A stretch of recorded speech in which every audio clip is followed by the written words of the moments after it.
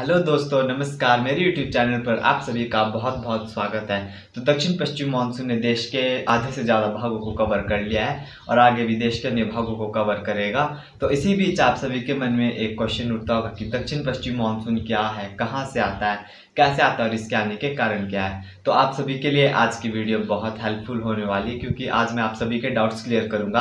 आज मैं आप सभी को बताऊंगा कि दक्षिण पश्चिम मानसून क्या है, कहाँ से आता है, कैसे आता है और इसके आने के क्या कारण है, मतलब क्यों दक्षिण पश्चिम मानसून हमारे देश में आता है। तो आज की वीडियो काफ़ी नॉलेजफुल होने वाली है, आप मेरी वीडियो को एंड तक जरूर देखिएगा। तो सबसे पहले जानते हैं दक्षिण पश्चिम मानसून क्या है, इसके बारे में, यानी कि मानसून क्या है। मानसून शब्द की उत्पत्ति अरबी भाषा के एक शब्द मौसम से हुई है और मौसम का अर्थ मौसम होता है। तो मानसून ऐसी हवाएं होती है जो समुद्र से स्थल की तरफ बहती है। क्योंकि ये हवाएं समुद्र से स्थल की तरफ बहती है तो समुद्र से होकर आते हुए अपने साथ भारी मात्रा में नमी लेकर आती है और हमारे देश के कई भागों में वर्षा करती है। भारत की जलवायु भी मानसूनी, क्योंकि देश के सभी ऋतुओं में कहीं ना कहीं देश के भागों में वर्षा होती है। और मानसूनी ऋतु खासकर दक्षिण एशिया और दक्षिण पूर्वी एशिया के भागों में पाई जाती है। तो मानसून शब्द तो मानसून स्थल से समुद्र से स्थल की तरफ बहने वाली पवनें हैं और ये पवनें जून से सितंबर तक देश के विभिन्न भागों में सक्रिय रहती है, एक्टिव रहती है और देश में लगभग 80% वर्षा इन्हीं पवनों के कारण दर्ज की जाती है। तो ये तो रहा दक्षिण पश्चिम मानसून और ये हवाएं दक्षिण पश्चिम दिशा से आती है, इसलिए इसे दक्षिण पश्चिम मानसून कहते हैं। तो ये तो रहा दक्षिण पश्चिम मानसून के बारे में। अब जानते हैं दक्षिण पश्चिम मानसून कहाँ से आता है और इसके आने के कारण क्या है।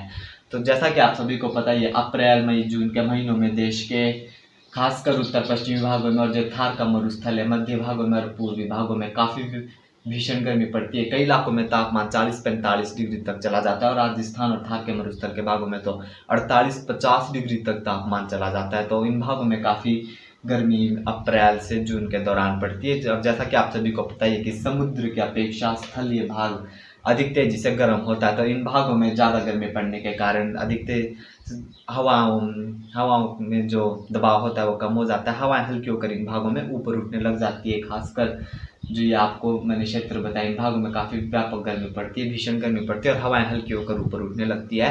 और इन भागों में एक कम दबाव का क्षेत्र इन सभी भागों में काफ़ी बड़ा कम दबाव का क्षेत्र बन जाता है, यानी कि हवाओं का प्रेशर कम हो जाता है, जिसे हम वायुदाब कहते हैं। तो इन भागों में वायुदाब कम हो जाता है और इसी दौरान हिंद महासागर और आसपास के भागों में जो वायुदाब होता है वो इन भागों की अपेक्षा अधिक होता है। और पवनों का नियम होता है, हवाओं का नियम होता है कि कम उच्च वायुदाब वाले क्षेत्र से, यानी कि जहाँ पर हवाओं में प्रेशर अधिक है, कम वायुदाब वाले क्षेत्रों की तरफ जाना। तो यहाँ पर भी यही क्रम चलता है और हवाएं हिंद महासागर से जहाँ पर वायु का दबाव अधिक है, उच्च वायुदाब है, यहाँ पर कम वायुदाब के क्षेत्रों को भरने चले जाती है ताकि वातावरण में बैलेंसी बनी रहे। तो ये हवाएं धीरे धीरे आगे बढ़ने लगती है और देश के भागों में आने लगती है भारतीय महाद्वीप पर। तो भारतीय उपमहाद्वीप पर तो ये हवाएं सबसे पहले आती तो केरल के तटों पर टकराती है और केरल के तटों पर टकराने के बाद ये दो भागों में पड़ जाती है। एक अरब सागर की शाखा यानी कि मानसून का पश्चिमी सिरा और एक बंगाल की खाड़ी की शाखा यानी कि मानसून का पूर्वी सिरा।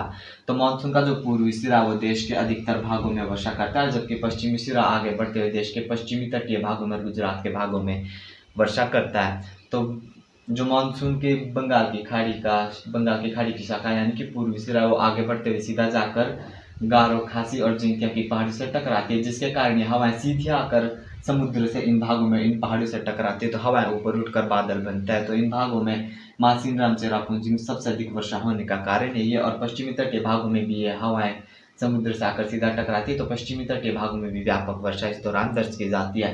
तो फिर दक्षिण पश्चिम मानसून का जो पूर्वी सिरा वो आगे बढ़ते हुए इन पहाड़ियों को पार करते हुए हिमालय पर्वत से टकराता है और असम के भागों में और बाकी पूर्वोत्तर भागों में भी काफ़ी व्यापक वर्षा करता है। क्योंकि हिमालय पर्वत काफ़ी बड़ा है तो ये दक्षिण पश्चिम से जो हवाएं आ रही है तो इन हवाओं को हिमालय पर्वत आगे नहीं जाने देता है। तो ये हवाएं पश्चिम दिशा की तरफ रुख कर लेती है और जैसे जैसे ये हवाएं आगे बढ़ती रहती है गंगा के मैदानी इलाकों में, इनमें नमी की मात्रा भी घटती जाती है।